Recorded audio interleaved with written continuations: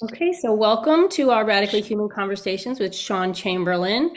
And I'm going to introduce Shaun because I have taken both of the courses that Shaun leads and facilitates. One of them I didn't finish, the one that is asynchronous, but the deeper dive I finished with wonderful, with having had the most incredible experience, honestly. So these courses are about collapse awareness and Earth polycrisis and about how we as human beings can most optimally respond, understand one another, develop connections, relationships, organize ourselves into the most kind of uh, beneficial, but also kind of life enhancing and life affirming kinds of situations and relationships. So it was incredible to do the deeper dive. I met so many really interesting people. Sean's a great facilitator and a great teacher and someone who is really able to navigate difficult conversations and topics with a lot of compassion and a lot of wisdom and insight. And so I really appreciated that because these are not easy topics and they're sometimes very emotional for people. So I want to give all credit to Shaun for doing a wonderful job with that. And I recommend both courses to anyone and everyone. Probably everybody who's watching this podcast would benefit enormously. And tell your friends. Shaun, welcome.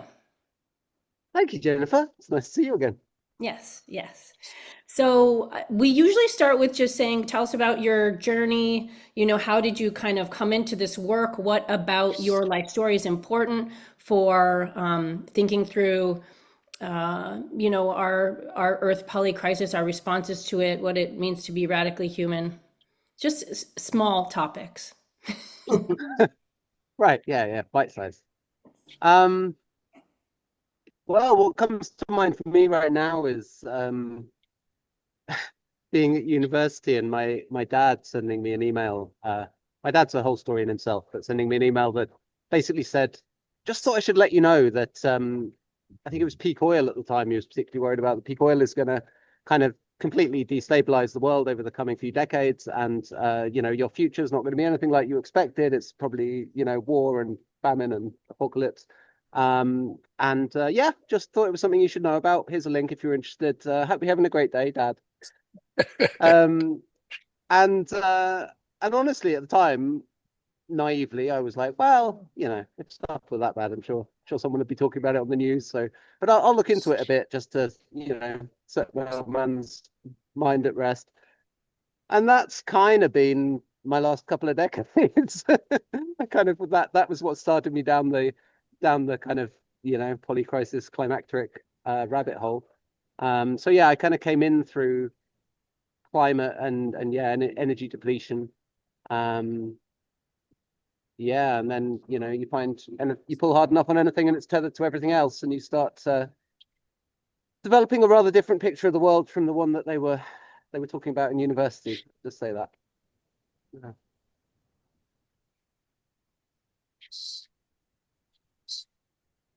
Tell us about the way that you seem to be approaching this issue, the term dark optimism.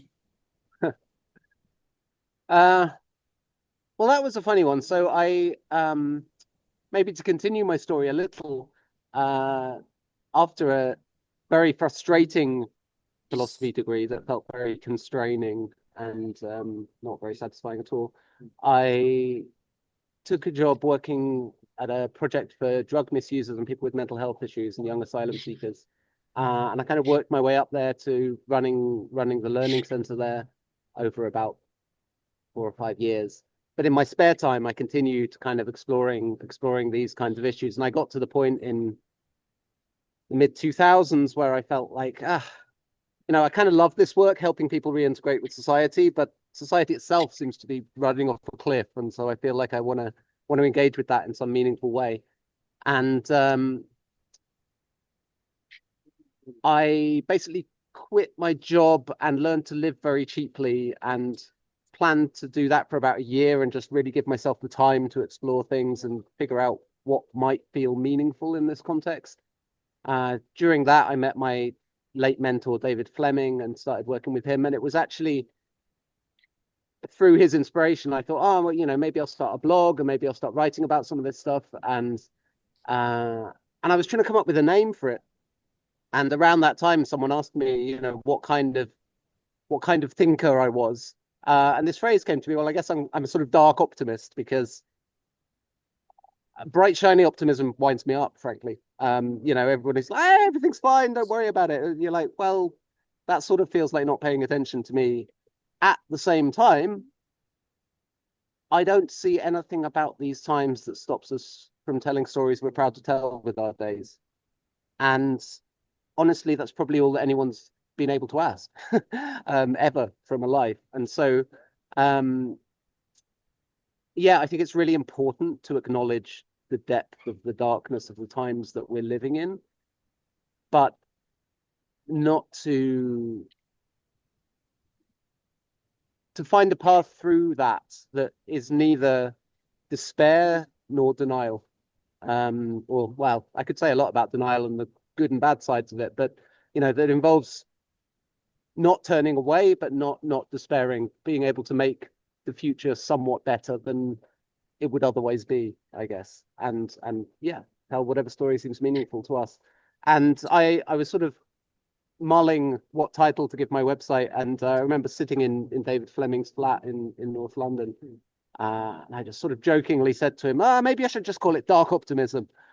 And I'll never forget, he turned to me and fixed me with this very serious face and said, Shaun, it would be my honor to partner with Dark Optimism. And so then I started taking it a bit more seriously. I slept on it that night. And by the time I woke up the next morning, I was like, no, that's absolutely the right name, and had that sort of nervous moment of searching online to see if it already existed and finding that it was mine. Interesting. Nice, nice. Well, I have questions, and I have a real curiosity about what's happening in the world of mental health these days. The mental health profession and psychiatry is experiencing a lot of pushback from a lot of different directions, and the biomedical approach is really coming under a lot of attack.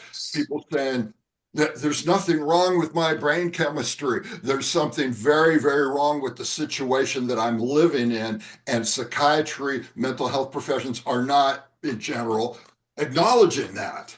And I'm just wondering what the trajectory is there. Where are we going with this? Is that profession in trouble? Well, I would not in any way say that I am an expert in the mental health profession. So I profess to no expertise in that direction. But I would say, was it Krishnamurti who first said, being well adjusted to a sick society is no sign of good health? And that seems to me to be very clearly true. And what also seems to me true in general of institutions is that as the gap between physical reality and societal consensus reality widens, institutions in general seem to be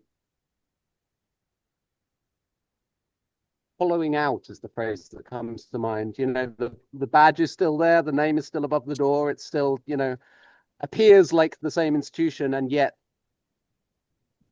in a lot of cases the things that it stood for either don't apply anymore or don't seem to make sense anymore, and the people feel more of a sense of going through the motions rather than doing something meaningful. And it would be a surprise to me if that weren't true of the mental health profession, let me say it that way, without any particular expertise in that area. Because more and more what excites me are developments in what I might call the informal economy.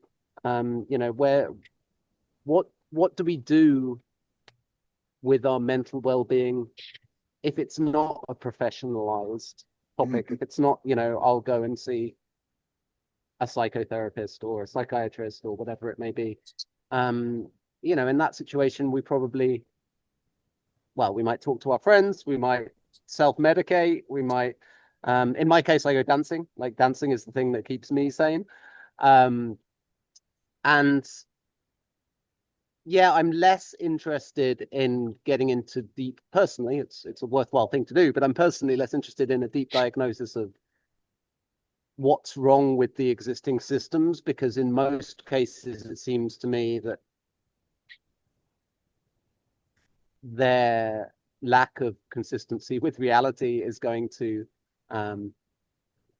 make them existentially challenged in the near future where they're not already. And so what really interests me is building the sequels. What does it look like to step outside of professionalized mental health care and meaningfully care for each other? That's where I really get excited. Well, that dovetails with, we've talked about this idea of the parallel polis, Václav Havel's idea of building that alternative structure, starting with the informal and working out from there. So yeah, that makes a lot of sense.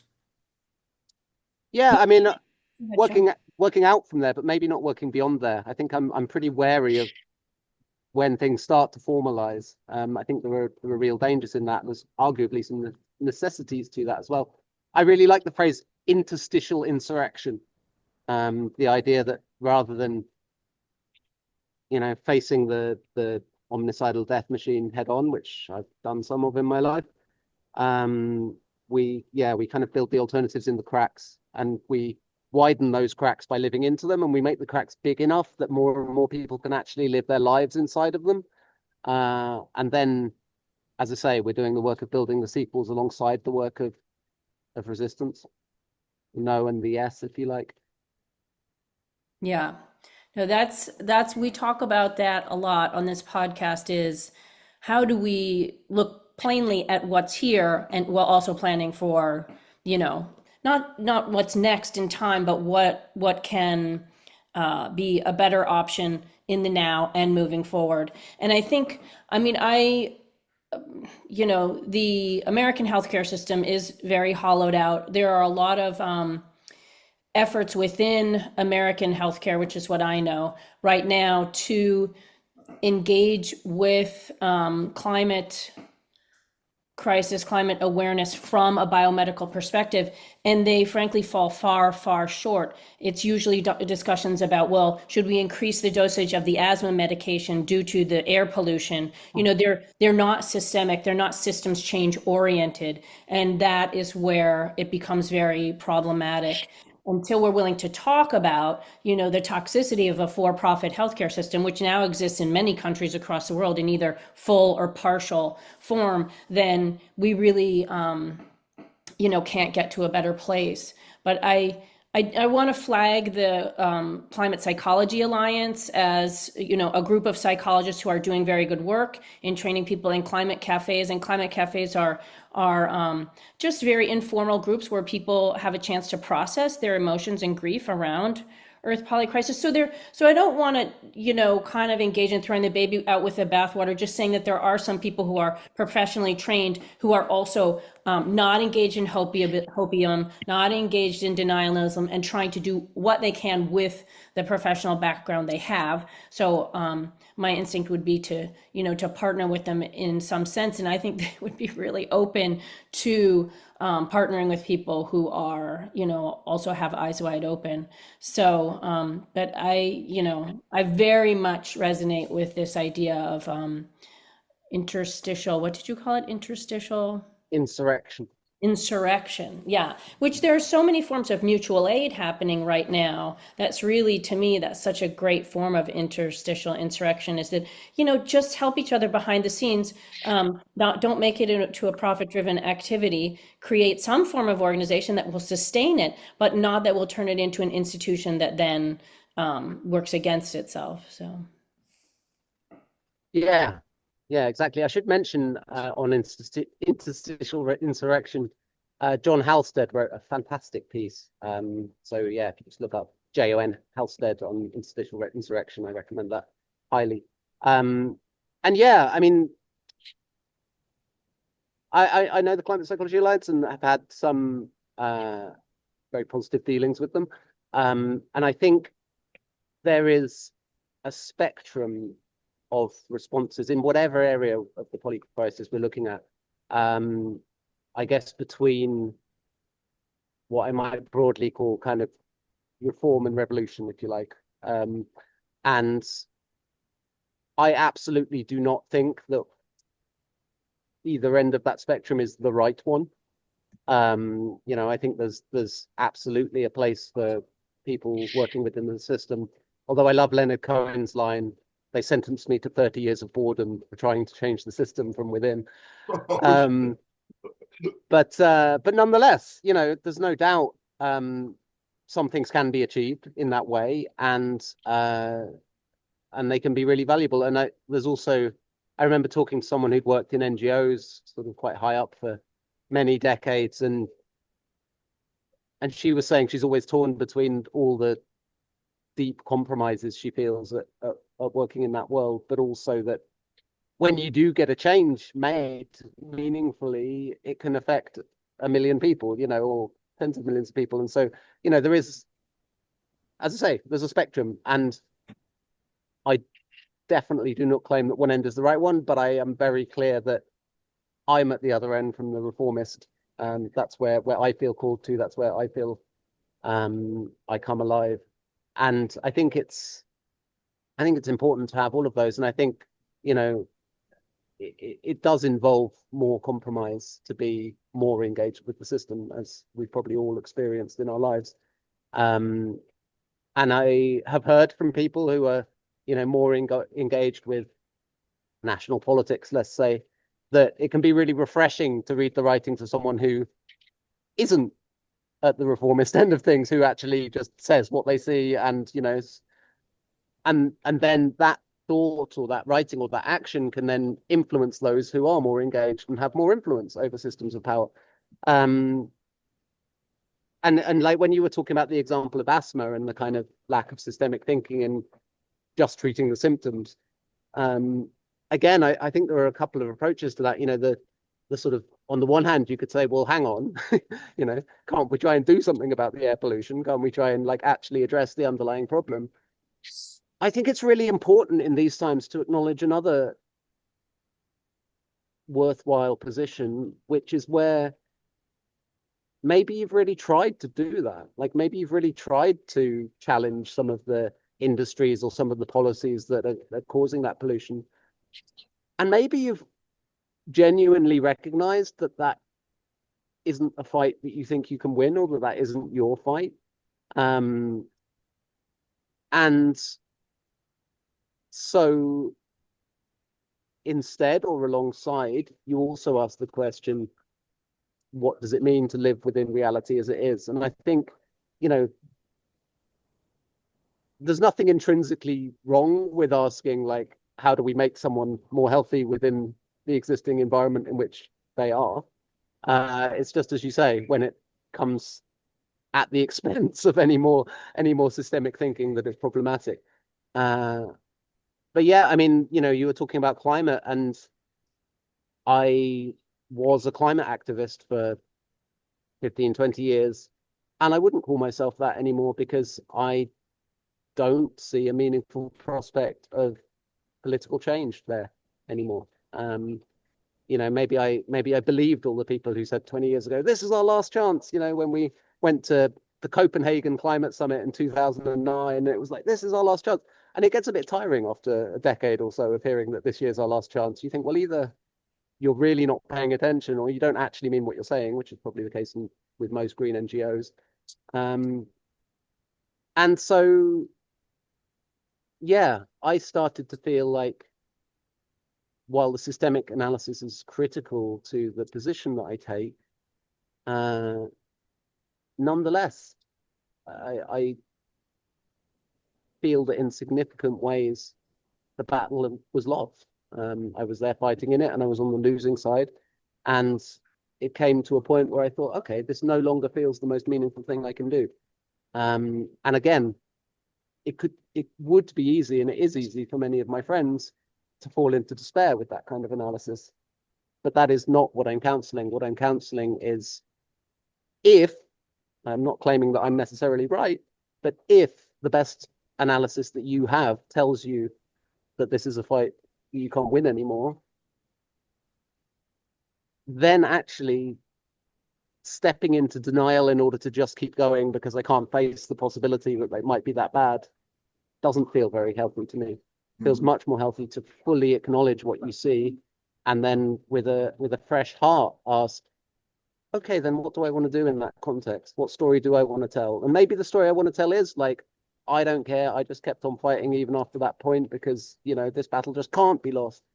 I have all the respect for that.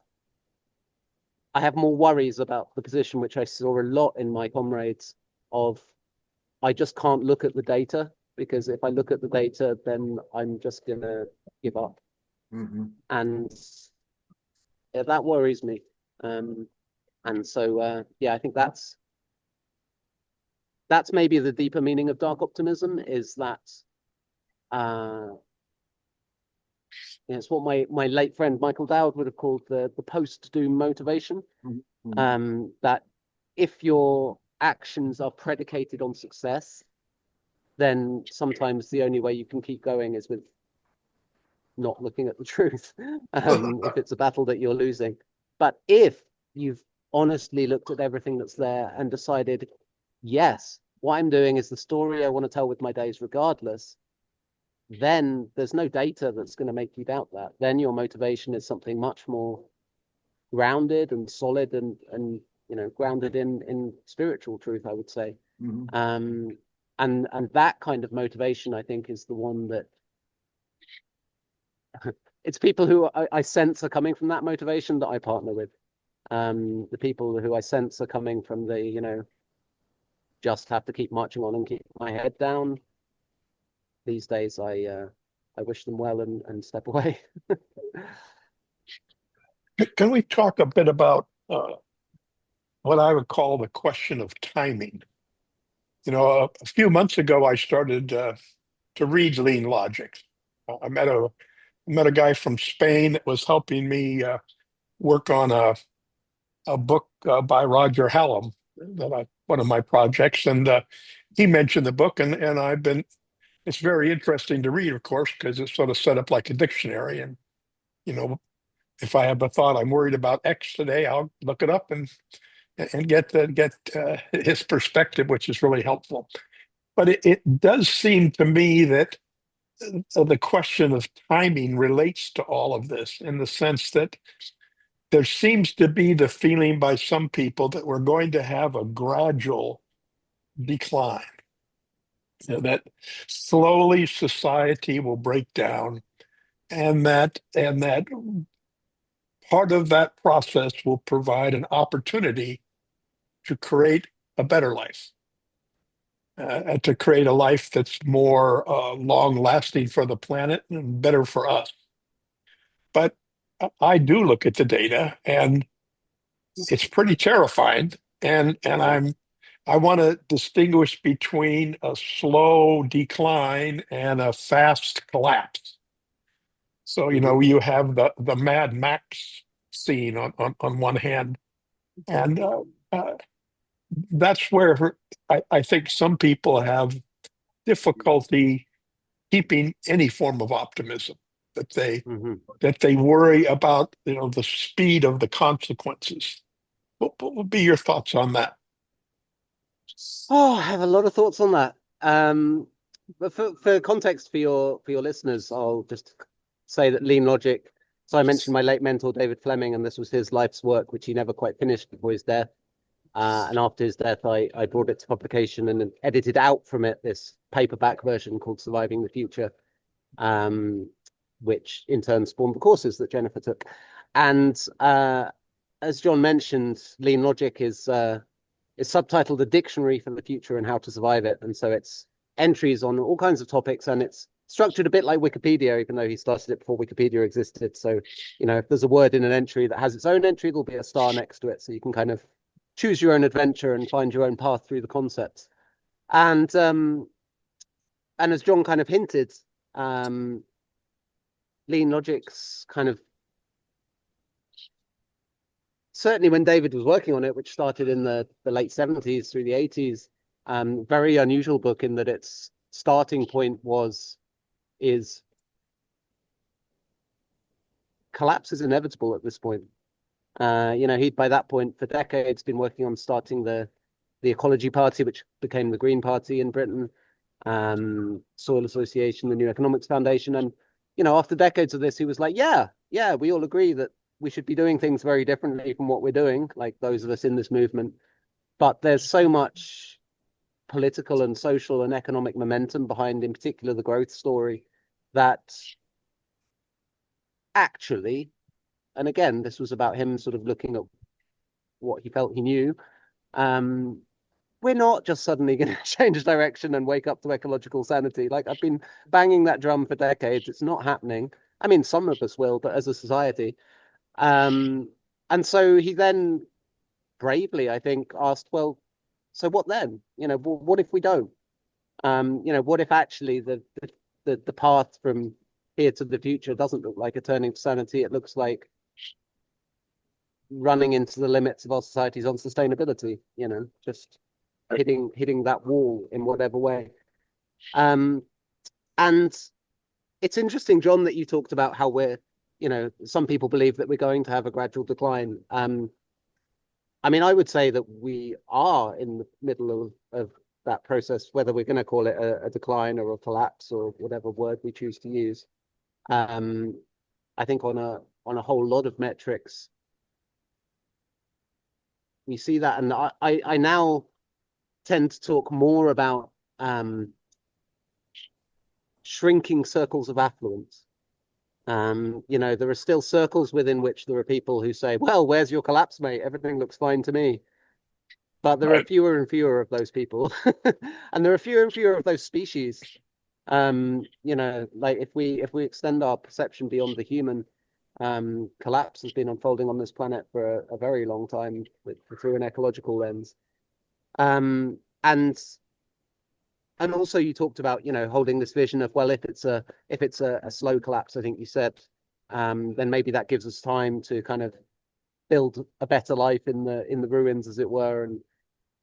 And again, I think, I chose my words carefully earlier when I talked about making the future better than it would otherwise be.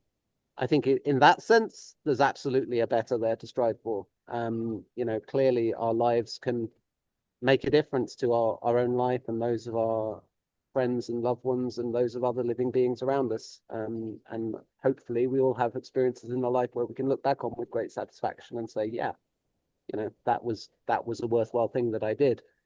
I did not say we can make a better future in, conventional measures of that. The whole conversations to be had about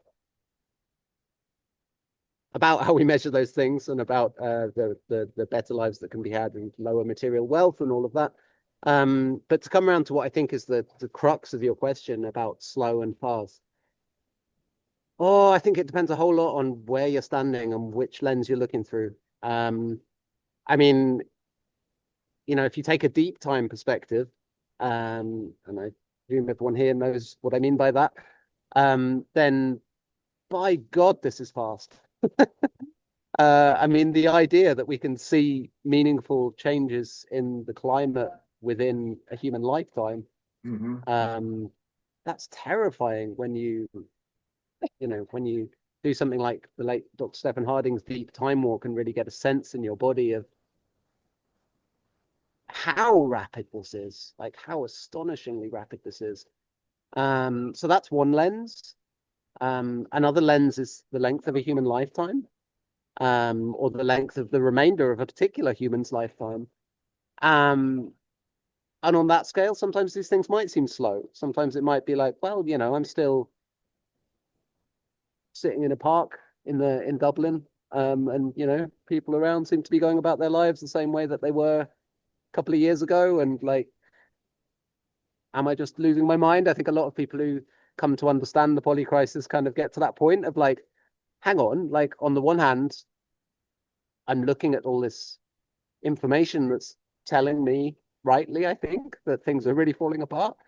On the other hand, like, many of the people I know are just going on as normal and think I'm a bit mad. And I think that experience is spreading. I think, 20 years ago, there was a very limited peer group around this kind of thinking.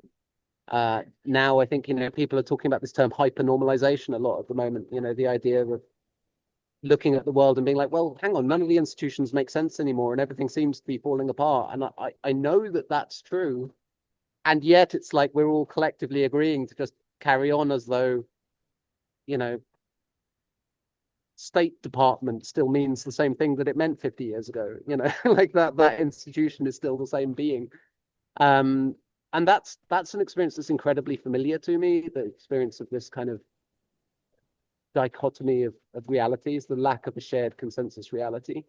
And that's spreading. I don't hear very much anymore anybody in my circles talking about, well, everything seems basically fine, we're just carrying on and, we're progressing into the bright human future and, everything's just getting better and better. I heard that a lot from peers 20 years ago. And I don't hear it so much anymore. And that is incredibly fast on the scale of social change. I mean, or even a generation ago, there was this very widespread kind of position that you want to leave your kids better off than you were. That was sort of quite standard. Nowadays, it seems like I hear a lot more often, I'll be dead by then, what do I care? Which is a hell of a shift. It's a hell of a shift in a society. So in that sense, it's super fast. If you're saying, will I still be able to buy food in the supermarket in a year's time? Well, in a lot of places, yeah, you will. So yeah, if for fear of not giving a clear answer, I think we need to be very careful and specific about the lens through which we're viewing fast and slow and the specific places and beings that we're speaking about.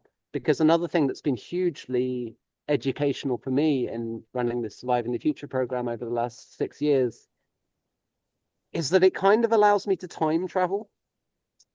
By which I mean, I love the line, the future is already here. It's just unevenly distributed.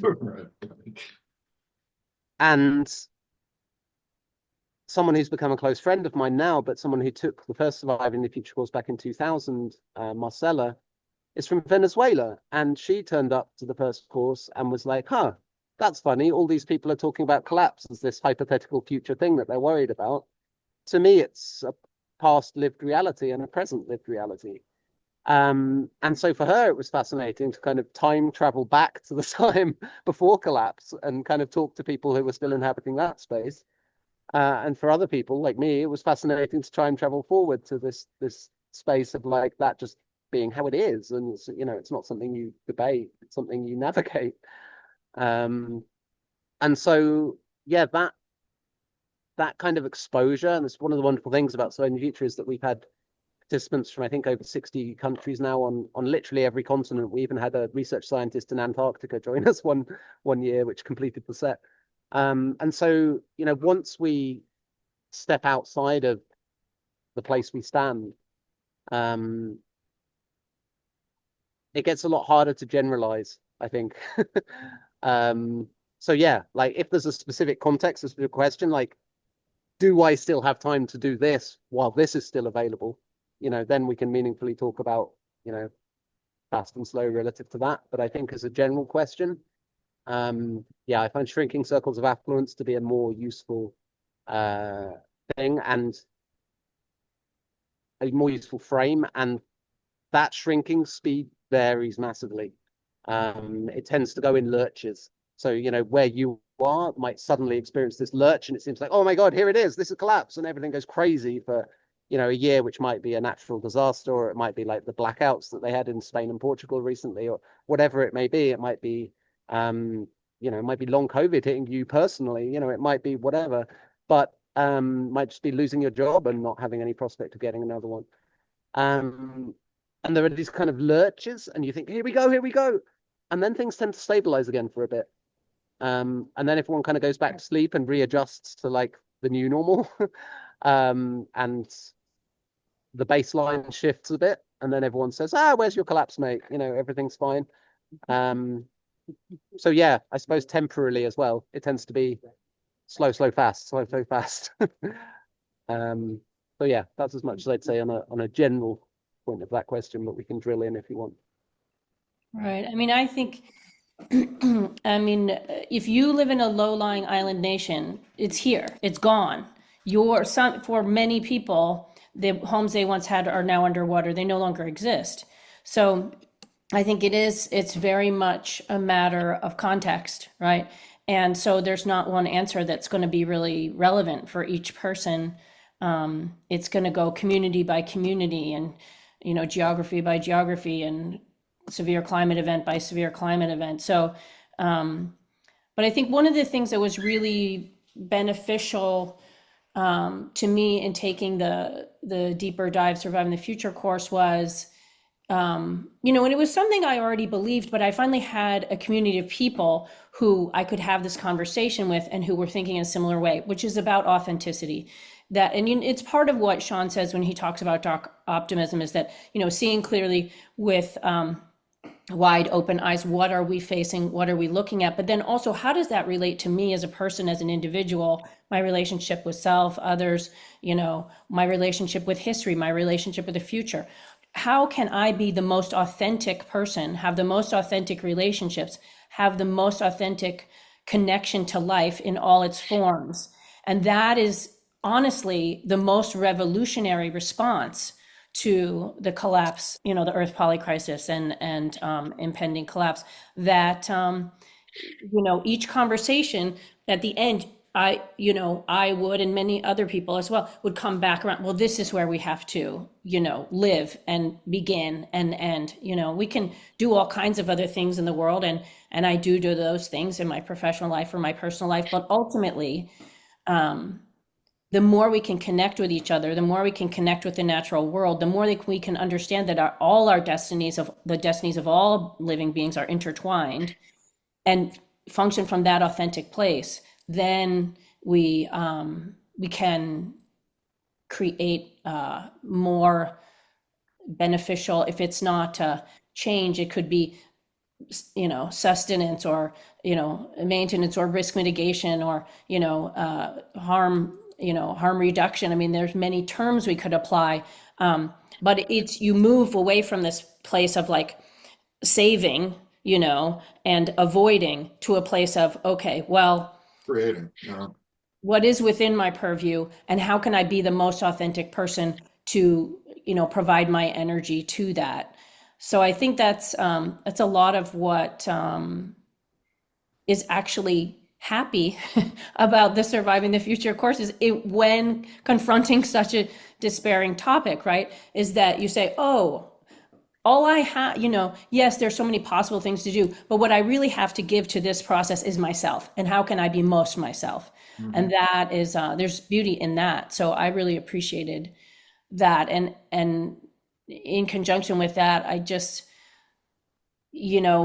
feel like it's important to bring up the solutionism industry and philanthrocapitalism, and that these are not necessarily, answers for this conundrum. There's a whole, it's like when the opiate makers then, started making addiction reduction medications. They were profiting off of their own, evil doings, if you will. And there's a lot of that happening now with people who've not cared at all about Earth polycrisis, now taking a hard left and saying, no, I'm part of the solution. But it's in order to contribute to the same linear growth narrative and the pursuit of profits. Mm-hmm. And so I think part of dark optimism for me, is to be clear on that is also happening, and that it's another false wall. Well said. Well said. Yeah, I really like you use the word authenticity, because you're right. A lot of people, well, we all want to feel like, we're doing the good work, and And we probably don't want to hear from someone who's going to say to us, hey, actually, if you think through the consequence of what you're doing, like maybe you're not. And consequently, I think very often the only way we can become cognizant of that, if it's the case, is with reference to our own authenticity. It's the part of ourselves that's just whispering, oh, I really have misgivings about this. And maybe another part of us is like, I don't want to look at that because, it's a good salary. And, there's lots of good words about how we're doing good things on our website. But there's something in yourself that says, yeah, but actually, and yeah, one of the bravest things we can do is hear that still small voice that whispers to us that maybe we know something inconvenient. Um, and I would say that my experience of heeding that voice in all sorts of contexts, not just professional, personal, is that it's our own joy that's whispering to us. It's our own sense of who we want to be. It's not, I'm not a fan of kind of some kind of moral should, you shouldn't be doing what you're doing. I think that's deeply problematic. And I think it's, in fact, a lot of what's gone wrong with the kind of, I don't know, environmental movement, for want of a better word, is that it's so often been built on this, we shouldn't do this. It's terribly destructive and it's wrong and it's evil even. And there's just nothing more dry and miserable than should, except possibly should not. And when we can step away from that altogether and say, what does my authentic desire lead me towards? What does it look like to live a life that I'm just deeply thrilled to be living, proud to be living? Doesn't mean it's easy, doesn't mean it's necessarily fun, but it's true. It's like it's a joy to live somehow. Um, yeah, that's just our best guide. And one thing that came out of this year's deeper dive with Jennifer and 50 others was this really nice principle that I've been thinking a lot about, which is that often, not universally, but often, why we do something can be even more significant than what we do. Like quite often you might be doing something and then you hear that misgiving and you look at it deeply and you think, no, it's all a complete waste of time and I shouldn't be doing it. And then you reflect more deeply on that and you follow where that leads. And then maybe on the far side of that painful, brave, ultimately joy-bringing process, you find yourself doing something that from the outside looks really similar, but now it's coming from perhaps that post-doom motivation. Now it's grounded in a wholly different kind of wellspring. I mean, for me, it was, yeah, it was kind of my dark night of the soul around climate, my kind of like, wow, it seems like if I could give my life to change the direction of this, I would. But even if I did that, I can't see any way that I could change the trajectory that the society is on.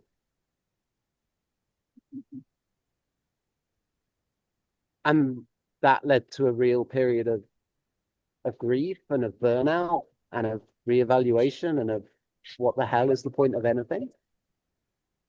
And then kind of realized that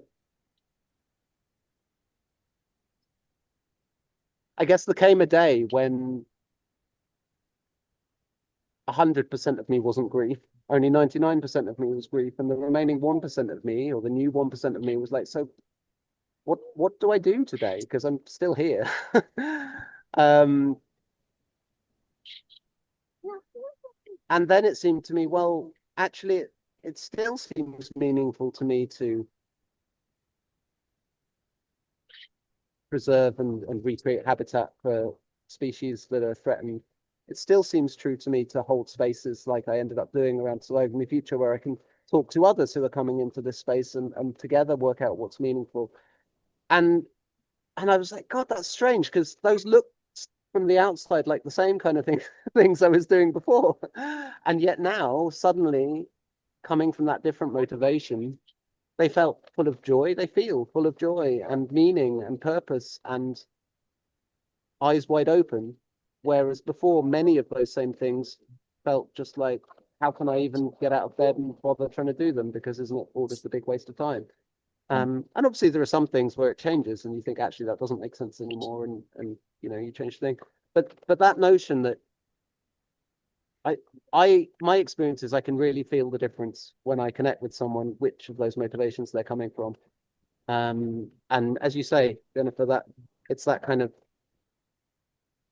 that authenticity, I think that you recognize in someone's eyes, and that in a way is quite a fickle guide, because it can lead you to do a particular thing, and that can feel absolutely the thing that you're called to. And then a few years later, that little voice is saying, yeah, but is it still?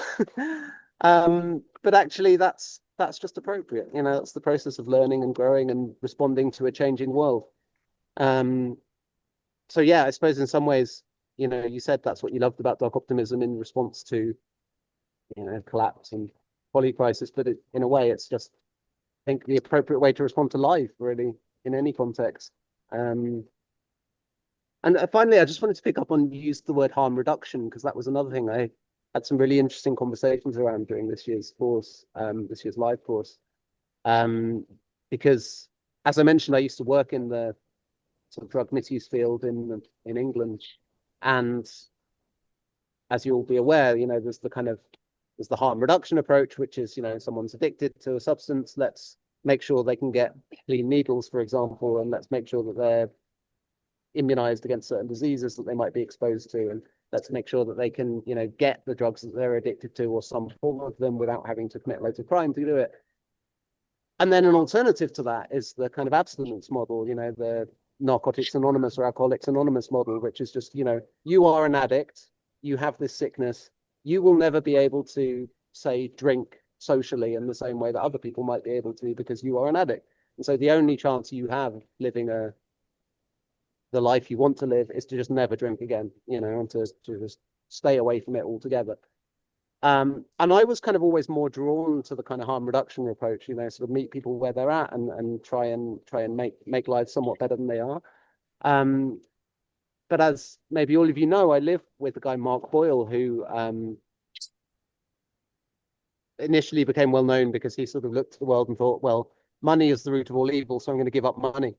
And so he lived without money for 3 years in England, and then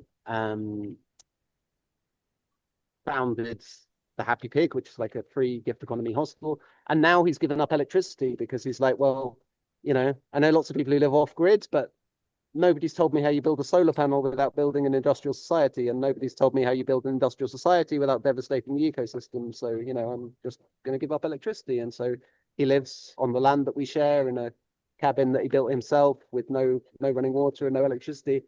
And it had never occurred to me, but somebody on this year's deeper dive said to me, it's interesting. So with what you're doing with these Surviving the Future courses, you're taking a harm reduction approach to collapse, but Mark's taking an abstinence approach to collapse. And I'd never thought of it in those terms, but I was like, that's so true, because, Mark does really struggle when the lines get a bit blurrier, when it's like, oh, maybe in this case I should use that thing because there's a clear present good to it. Maybe I should, I don't know, do an online interview for this book that I've written so that more people can hear about it, so that maybe it can do more good in the world or whatever. We all know the struggles that we face. But I'm still sort of digesting that, the difference between the abstinence model to civilization and the harm reduction model to civilization. It's a new frame that feels quite a fertile one for me. Nice.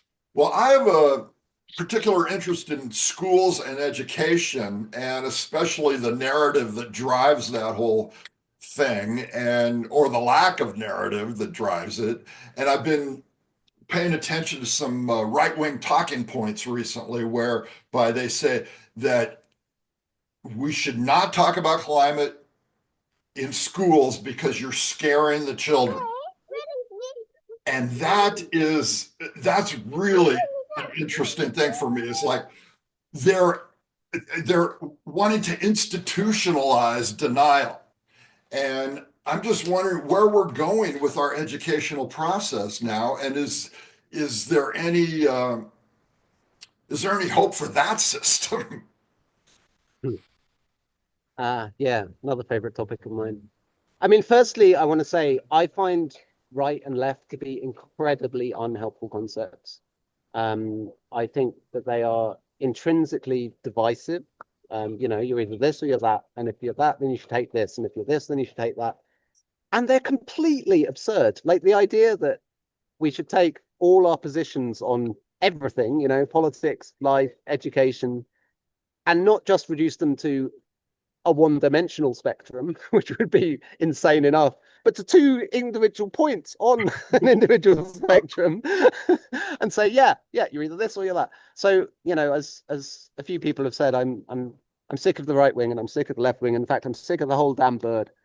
Um, and I really find it a divisive thing. Like to me, there is a very reasonable question there, and it's a question I've discussed with many friends and activists and thinkers who have children and are like, at what age is it appropriate for me to share how awful things are?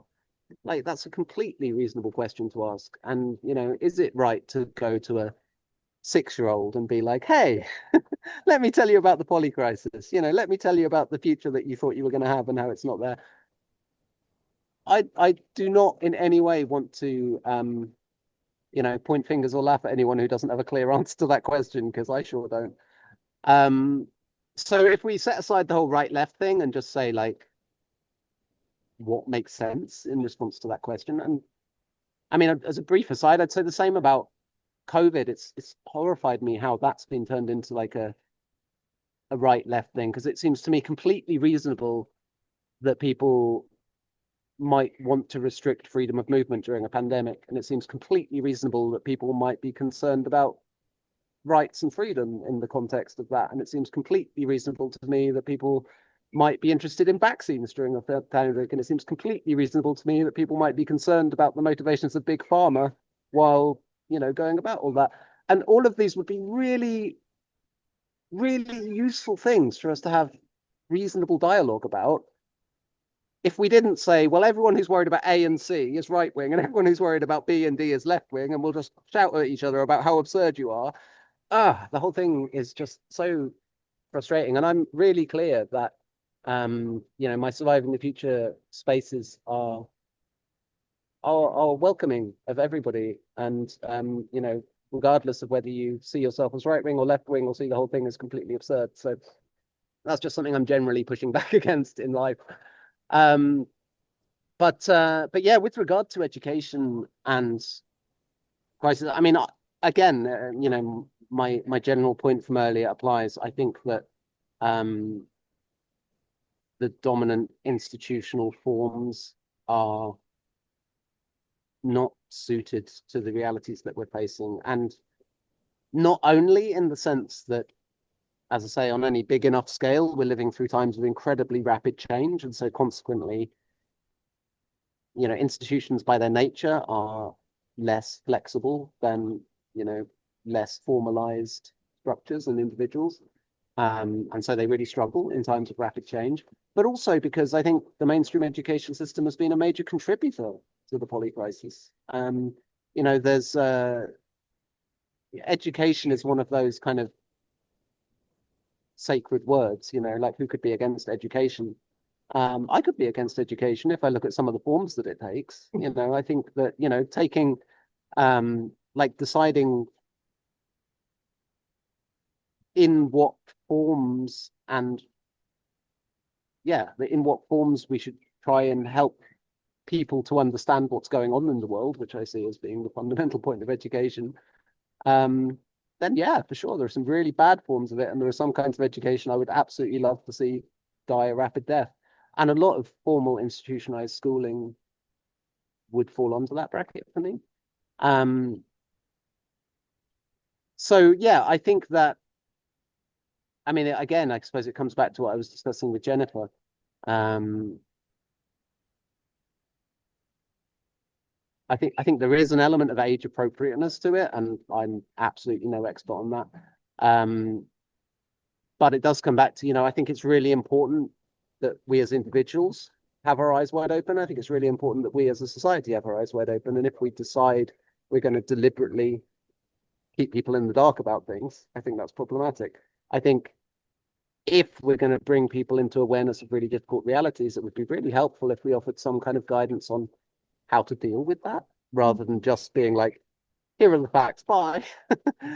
In the same way that I find it insane that, at no point in my schooling system did anyone really explain to me how to look after a human body, or like what these kind of feelings that happen in it might do, or what these, like, it's astonishing to me how much incredibly useful stuff I learned outside of formal education about even how to breathe, for God's sake, how to walk, but none of this was part of any kind of formal education that I had.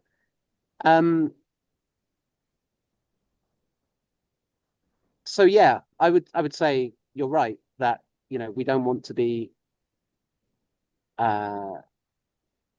mandating ignorance. At the same time, as I kind of hinted earlier, over the last year, I've really been reflecting on how maybe denial doesn't fully deserve its bad name, in that I see one of the challenges that a lot of people around me are facing is kind of information overload at the moment. There's so much going on, so many crises, and we're somehow encouraged to feel like it's a virtue to stay informed about all these things that are going on. And yet, even trying to do that at the most superficial level with a broad enough scope is utterly overwhelming and doesn't really leave any space for doing anything. And I do not believe that to be the healthiest approach. And I do not believe that it's intrinsically a virtue to remain abreast of everything that's happening on an entire planet, or to even attempt to do so. And as I mentioned, my best friend's given up electricity, and people sometimes ask him, like, don't you feel like you don't know what's going on? You're really left out of everything. And he said, well, a lot of people talk about FOMO, fear of missing out. I have more of a fear of being included in everything.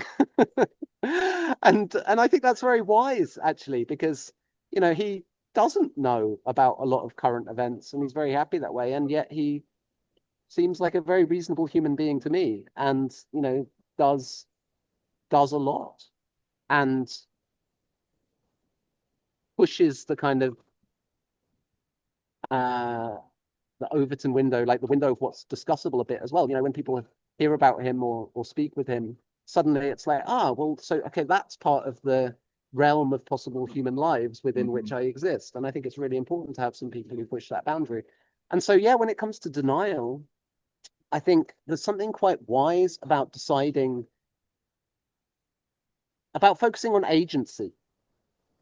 Like, what am I actually going to do something about? Because I think if we all just picked one thing to do something about and did it, rather than everyone trying to remain abreast of everything, we'd probably be in a significantly better place. And obviously we can collaborate and support others who are working on things other than what we're working on. But I do think, I think Andrew Boyd has this nice phrase, selective denial, to recognize that trying to remain abreast of everything is probably maladaptive to our current age. Especially when the sources were recommended are, pretty distorted lenses on the whole. And so while I do think that, understanding climate change is a pretty important central part to anyone's education in these times, I think it's reasonable to talk about age appropriateness, and I think it's reasonable to talk about trying to not completely overwhelm people with it. But yeah, I think judging by your nods, Frank, I think you'd probably agree that, like, the important thing is to offer the information alongside some kind of guidance on what to do with this information, because otherwise, I think we've all been there. Whatever element of the poly crisis it is that's overwhelmed any one of us, I think we've all felt like my God, what has just been dropped on me? And where do I even go with this? And we probably all also at some point had some mentor or read something or just had an inspiration which helped us learn what it is to move through those periods of overwhelm in a way that's generative, that opens us up rather than shutting us down. And God, I'd love to see something like that in whatever education systems we have, whether they're formal or informal, which is, of course, why, as someone who's created an educational program, that kind of stuff is part of what I've created. Well, thank you for that. Yeah. I mean, one other thing I'd say on education very briefly is that for me, what the most beautiful educational experiences I've ever had are just the ones that just made me come intensely alive. You know, those moments when you're just aflame with something, where you're just like, God, like this has changed my whole perspective and it's so beautiful, or like, wow, this is going to really change my path, or God, I must learn more about this. This is so fascinating. And to me, educational institutions are useful to the extent that they provide containers with fire, you know. And I've actually just terminated my partnership with Stirling College in Vermont after 5 years because, yeah, I was starting to find that institutional connection stifling in ways that I won't go into in detail. But and that felt really good. It felt a bit scary. It was like, you know, does that kind of institutional badge make people feel safer in approaching the work? But actually, I was like, I don't care. Like, you know, what I need to be loyal to is the fire, is creating those spaces where I and the people who join me in those spaces feel like, well, like Jennifer sounded at the start of this conversation when she talked about it. And if staying loyal to that fire means that, you know, 10 people turn up rather than 50 people turning up, then I'll trust that that's the 10 people who are meant to turn up. Whereas if I get attached to the metric of like how many people are we approaching and let the fire dwindle, then I'd do better to do nothing, I think.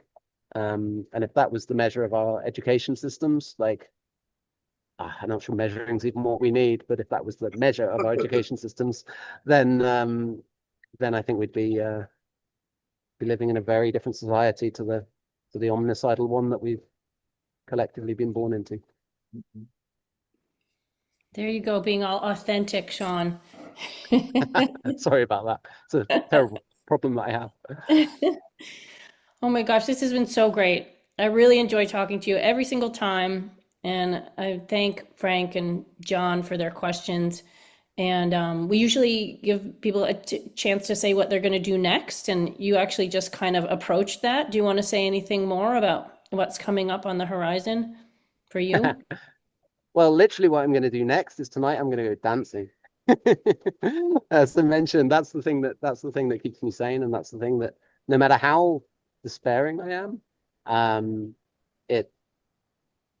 it's never ceased to feel meaningful. And it's funny, isn't it? Because like, what could be more meaningless than sort of going to a place, hurling your body around in that place for a while, and then leaving the place? I mean, it's the definition of pointless. What am I even thinking about? And yet, something in my fire in my soul says, yeah, that's the one non-negotiable thing that you need to make time for. That's the one place you express yourself in certain ways. And so yeah, that's what I'm going to keep doing. I'm going to keep following the fire, and that leads me to dancing. That leads me to holding this strange hostel, the Happy Pig, that we run for people to stay free. That leads me to the Surviving the Future programs. Leads me to the writing that I do and the reading that I'm very excited to do over the coming months. But yeah, I'll be following the fire, and if people are interested in where it leads me, then my website's darkoptimism.org, and they can find me there. Wonderful. Thank you so much. Real pleasure, Shaun. I really enjoyed this. Yeah. Likewise, Frank and John and Jennifer. Thank you very much, and Thank you. yeah, I'm sure we'll be in touch. Absolutely.